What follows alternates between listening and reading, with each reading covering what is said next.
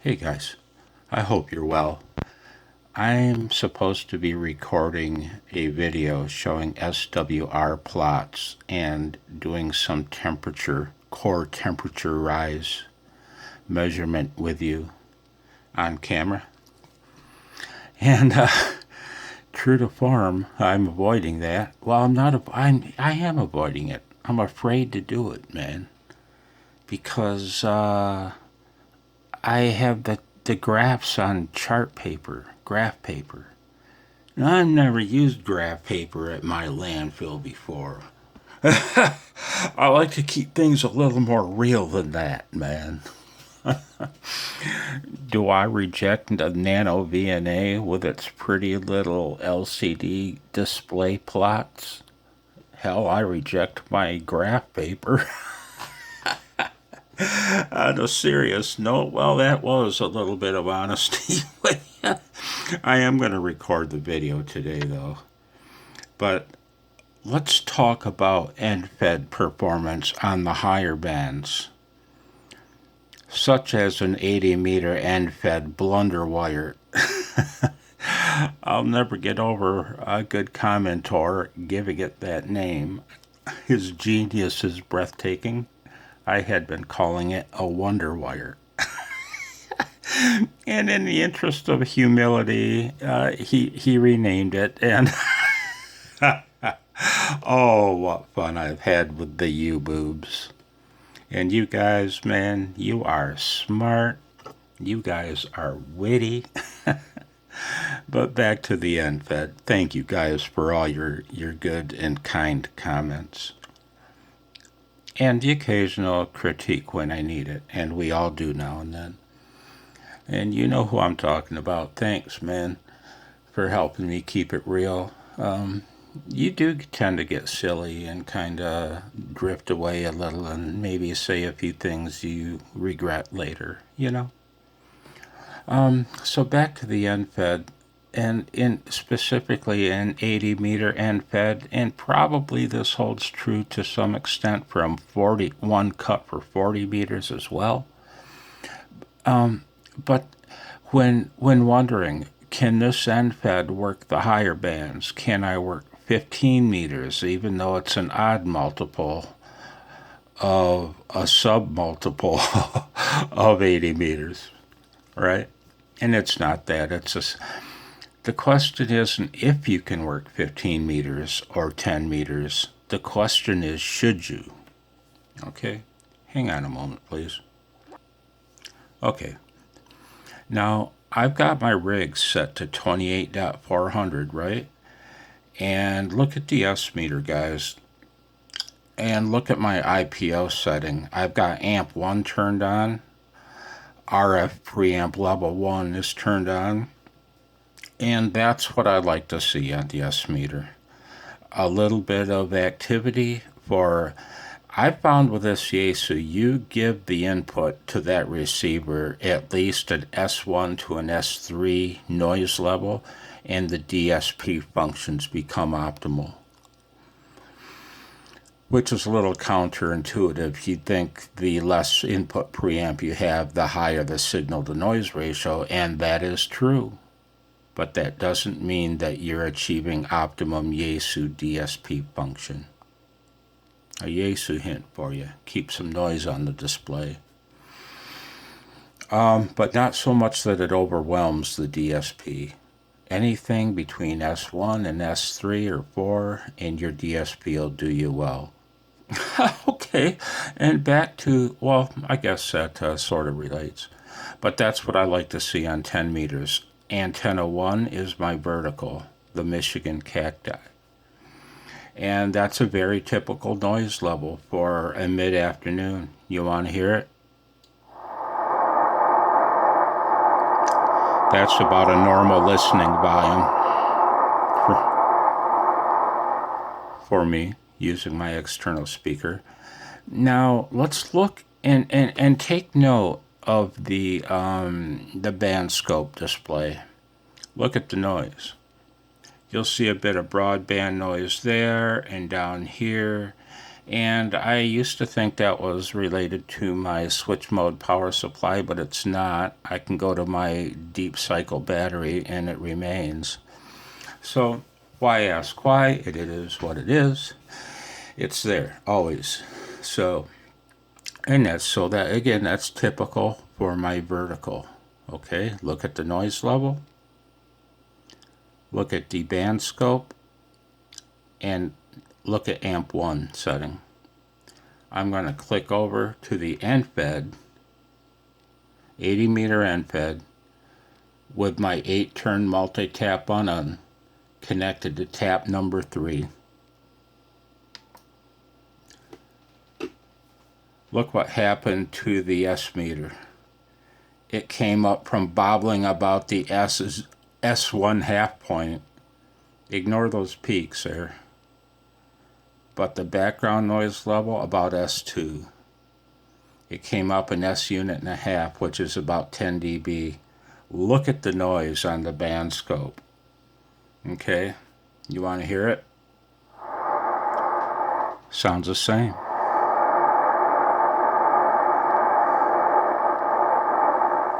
Okay, but if you want to compare apples to apples, let's get rid of the input preamp.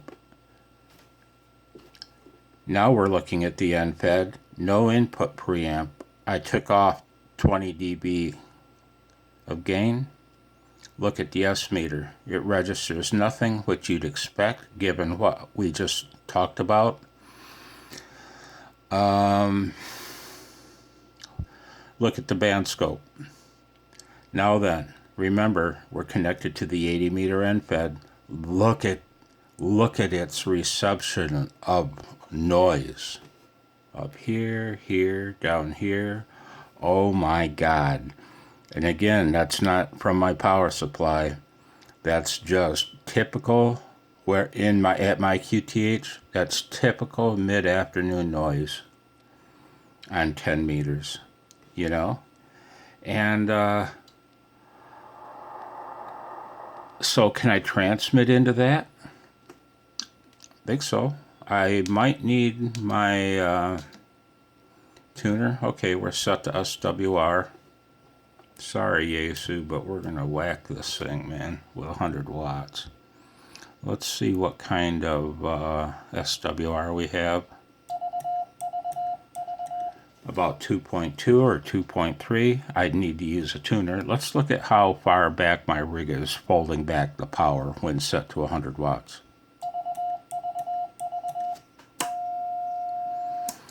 It cut back to about 80. So yes, I would need to use a tuner if I want to use full 100 watt power.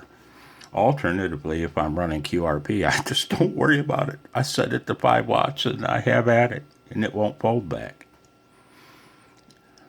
And again, the SWR cost me nothing in loss because my feed line's 1.5 feet long.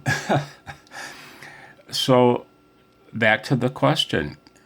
80 meter end fed on 10. Can you? Well, yeah, you can. Might want to use my tuner. But should I?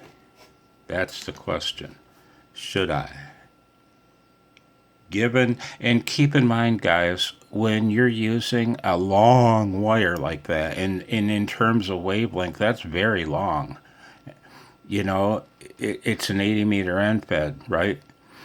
So it's a full 40 meter wavelength antenna used on 28 megahertz. The radiation angle is going, for one thing, it's going to have crazy cloverleaf type pattern, which is fine.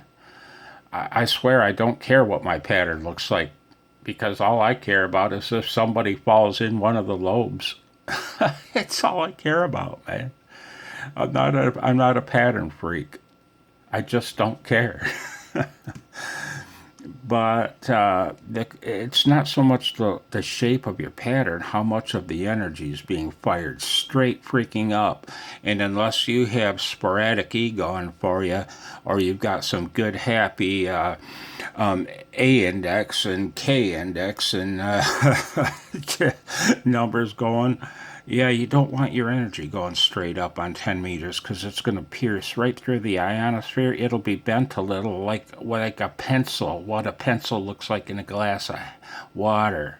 It's exactly what happens. It doesn't reflect back down, it refracts and carries on its happy little journey into space where the aliens are listening to us and plotting their next move. I'm convinced of it.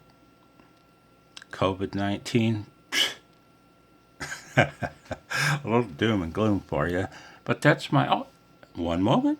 We've got scrimmage. Always the scrimmage at your landfill. I'll take you with me. Isn't she pretty? Not talking about my girlfriend because I haven't got one. And if I did, her looks don't matter, man, as long as she's nice to me. So you see, you see here, connected to tap number 3, 15 meters is usable, but again, with your tuner. Unless you want to play with your length of the wire here, connected to my unknown, that's always an option. See how it's resonating a little high, 21.980? Add a clip lead, man. Add an alligator clip lead. And watch that 21.980 come down to your happy spot. That's why I like my Unna next to me, even though it's roasting me with RF. Please note, I have never talked about RF exposure yet. Recommendation from Blozo, keep your union on the other side of the room, perhaps. The law of squares works in your favor, and if you move it from 2 feet away to 8 feet away, you've reduced your RF exposure by 16. And so tap number 3, can you use it on 10 meters? Yeah, again, ideally with a tuner, or ideally toss your alligator lead on there. Whatever you want to do, man. It's a free world. Why do I keep talking like this? I guess it's kind of like my alter ego, my persona. I keep breaking into it. So the question becomes again, can you work 10 meters using your 80 meter end fed? Yeah, sure. Especially if you do a little playing around. But if you don't want to play around, hit your tune button. Do whatever you want, man. Here I go again. But the question isn't can you, but should you, given what we talked about regarding radiation angle. On the lower HF bands, you can I'll give it a pass on that one because radiation angle, it's going to refract back down to somewhere. But not so on 10. Same situation applies on 15 to a lesser extent. And just for fun, man, using my blunder wire antenna while I had my MFJ. You know what MFJ stands for, man? Made from jewels. I had my MFJ analyzer connected, and I wondered, man, can I get a match on 10 meters using my multi-tap union and an 80 meter end fed? Yeah, no problem. Tap number 2, almost resonant, given the inductance of my multi-tap unknowns and the characteristics of that 80 meter blunder wire. And I can use that antenna element, that 80 meter end fed on 160, using the 3 long-ass counterpoise I've got laying on the surface of the soil. Each of them between 130 feet and 150 feet long-ish. Just junk scraps of THHN is all it is.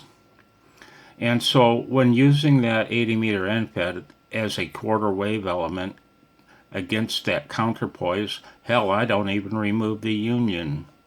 I just connect the lead-in wire to the BNC connector center pin and call it a day. Do I lose power in doing that? A tiny bit, man. It becomes just ever so noticeably warm. So power loss isn't a problem. So I have at it, man. And I have fantastic results on 160.